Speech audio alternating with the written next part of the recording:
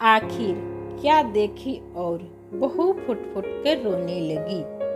घर की नई नवेली इकलौती बहू एक प्राइवेट बैंक में बड़े ओहदे पर थी। उसकी सास तकरीबन 1 साल पहले ही गुजर चुकी थी। घर में बुजुर्ग ससुर और उसके पति के अलावे कोई न था। पति का अपना कारोबार था। पहले कुछ दिनों से बहू के साथ एक विचित्र बात होती। बहू जब जल्दी जल्दी घर का काम निपटाकर ऑफिस के लिए निकलती, ठीक उसी वक्त ससुर उसे आवाज देते और कहते, बहू मेरा चश्मा साफ कर मुझे देती जा। लगातार ऑफिस के लिए निकलते समय बहू के साथ यही होता। काम के दबाव और देर होने के कारण कभी कभी बहू मन ही मन झल्ला जाती, लेकिन फिर भी अपने ससुर को कुछ बोल नहीं पाती। जब बहू अपने ससुर के इस आदत से पूरी तरह उब गई तो उसने पूरे माजरे को अपने पति के साथ साझा किया। पति को भी अपने पिता के इस व्यवहार पर बड़ा ताज्जुब हुआ, लेकिन उसने अपने पिता से कुछ नहीं कहा। पति ने अपनी पत्नी को सलाह दी कि तुम सुबह उठते के साथ ही पिताजी का चश्मा साफ करके उनके कमरे में रख दिया करो, फिर ये झमेला समाप्त हो जाएगा। अगले दिन बहू ने ऐसा ही किया और अपने ससुर के चश्मे को सुबह ही अच्छी तरह से साफ करके उनके कमरे में रख आई। लेकिन फिर उस दिन वही पुनः घटना हुई और ऑफिस के लिए निकलने से ठीक पहले ससुर ने अपने बहू को बुलाकर उसे चश्मा साफ करने के लिए कहा।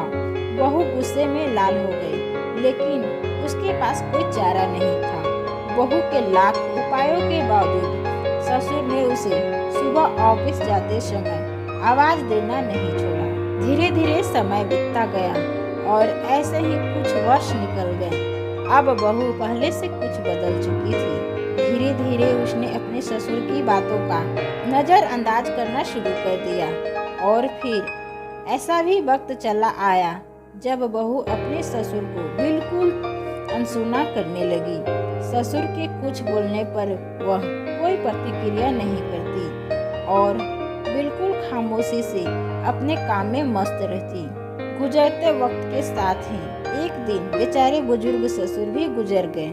समय का पहिया कहाँ रुकने वाला था, वो तो घूमता ही रहता है। छुट्टी का एक दिन था। अचानक बहू के मन में घर की साफ सफाई का ख्याल आया। वो घर की सफाई में जुट गई। तभी सफाई के दौरान मृत ससुर की डायरी उसके हाथ में लगी।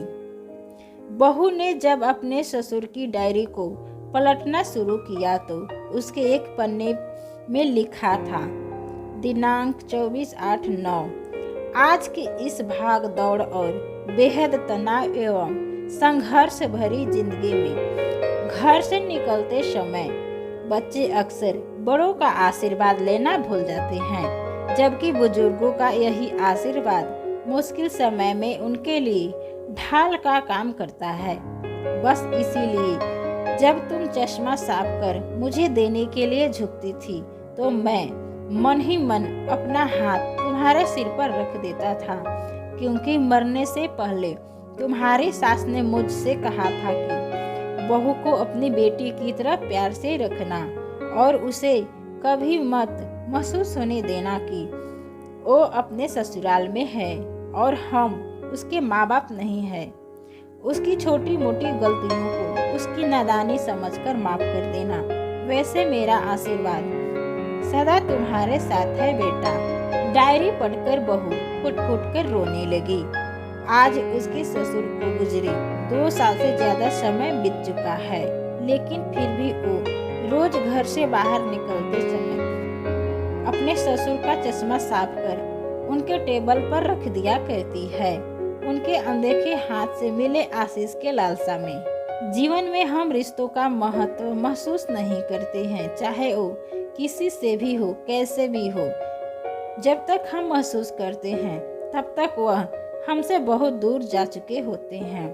रिश्तों के महत्व को समझे और उनको सहेज कर रखें तो दोस्तों ये कहानी कैसी लगी अपने कमेंट के माध्यम से हमें ज़रूर बताएं। कहानी पसंद आने पे लाइक और सब्सक्राइब करिए। Thank you.